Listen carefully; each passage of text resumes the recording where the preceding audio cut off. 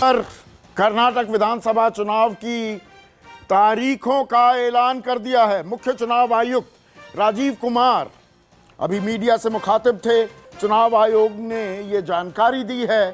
तो सही मायने में अगर कहा जाए 2024 के लोकसभा चुनाव का काउंटडाउन अब शुरू हो गया है। आप कहेंगे ये क्या बात कह रहे हैं, विधानसभा चुनाव की तारीख का ऐलान किया गया है और आप कह रहे हैं काउंटडाउन शुरू हो गया है 2024 के लोकसभा चुनाव का। दरअसल इसके पीछे वजह क्या है? वजह ये कि अब कर्नाटक समेत इस साल 6 विधानसभा चुनाव होने हैं और कर्नाटक सिर्फ दक्षिण भारत ही नहीं, भारत के बड़े राज्यों में से एक है। 224 सीटों की यह विधानसभा है और लोकसभा में यहां पर 28 सीटें हैं। तो बड़े राज्य होने के नाते यहां का चुनावी जो गणित होगा, जो नतीजे आएंगे, 13 मई को एक चरण में वोटिंग होने वाली है। 10 मई को 224 की 224 सीटों पर वोट डाले जाएंगे और 13 मई को मतगणना होगी। और राजनीति में भी, भारतीय राजनीति में आप देखेंगे जो चुनावी गणित है आप उसे 2 हिस्सों में बांट सकते हैं। एक विंध्या के उत्तर में, नॉर्थ ऑफ विंध्यास, और साउथ ऑफ विंध्यास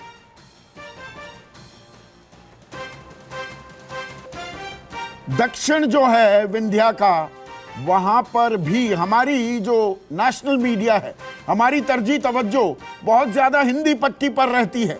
लेकिन अगर आप सीटों का आकलन करेंगे, दक्षिण भारत में किसकी गूंज सुनाई देती है, यह देखने वाली बात होगी। और इसकी एक वानगी, इसकी एक बड़ी झलक हमें कर्नाटक के चुनाव में दिखने वाली है। और 2018 के चुनावी नतीजों पर नजर डाली जाए तो यहां का चुनाव कितना दिलचस्प होता है, उसका एक एनालिसिस भी आप कर पाएंगे अगर मैं आपको यह बताऊं कि 2018 में दरअसल बीजेपी सबसे बड़ी पार्टी बनकर उभरी थी 104 सीटों के साथ। लेकिन जो बहुमत का आंकड़ा था 113 सीटों का, उससे दूर थी। तो कांग्रेस जो दरअसल वोट प्रतिशत में ज्यादा वोट लेकर आई थी बीजेपी से, वो 80 सीट पर रह गई।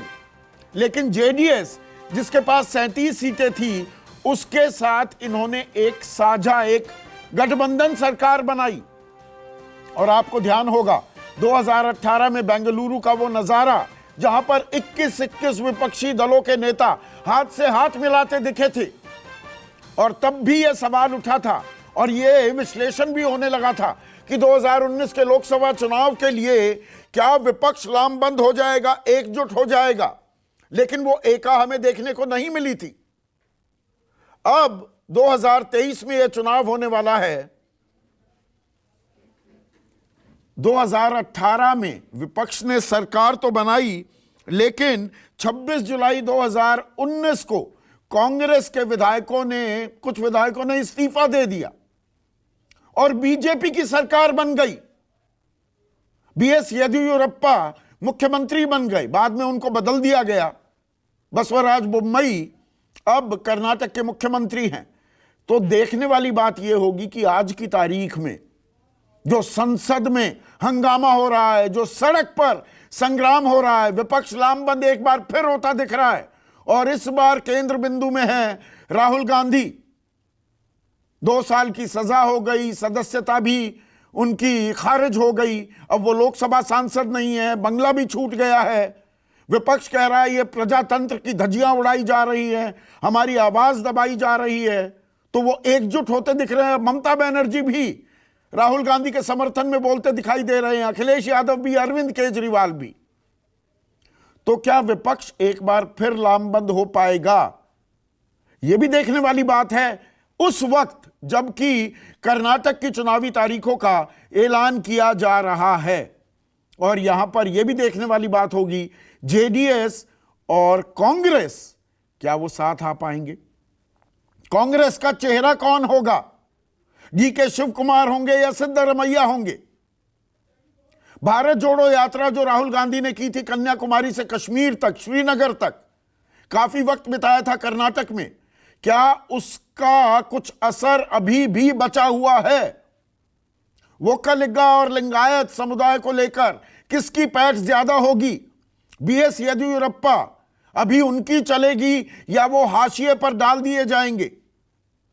अपने आप में बहुत सारे सवाल आप सबके सामने मुंह बाए खड़े हैं और कर्नाटक से यह सिलसिला आगे बढ़ेगा। तेलंगाना, राजस्थान, मध्य प्रदेश, छत्तीसगढ़, ये बड़े राज्य हैं जहां पर चुनाव होने वाले हैं, लेकिन इनका सीधा असर क्या लोकसभा चुनाव पर होता है, यह भी देखने वाली बात होगी। याद कीजिए 2018 में कांग्रेस जेडीएस की सरकार बनी थी, राजस्थान में कांग्रेस जीत गई थी, मध्य प्रदेश में भी जीत गई थी, बाद में खैर सरकार बीजेपी की बन गई, छत्तीसगढ़ भी कांग्रेस जीती, लेकिन 2019 के लोकसभा चुनाव में वो 53 सीटों पर ही सिमट कर रह गई और बीजेपी 303 सीटें ले गई थी। तो क्या डायरेक्ट कोरिलेशन भी है?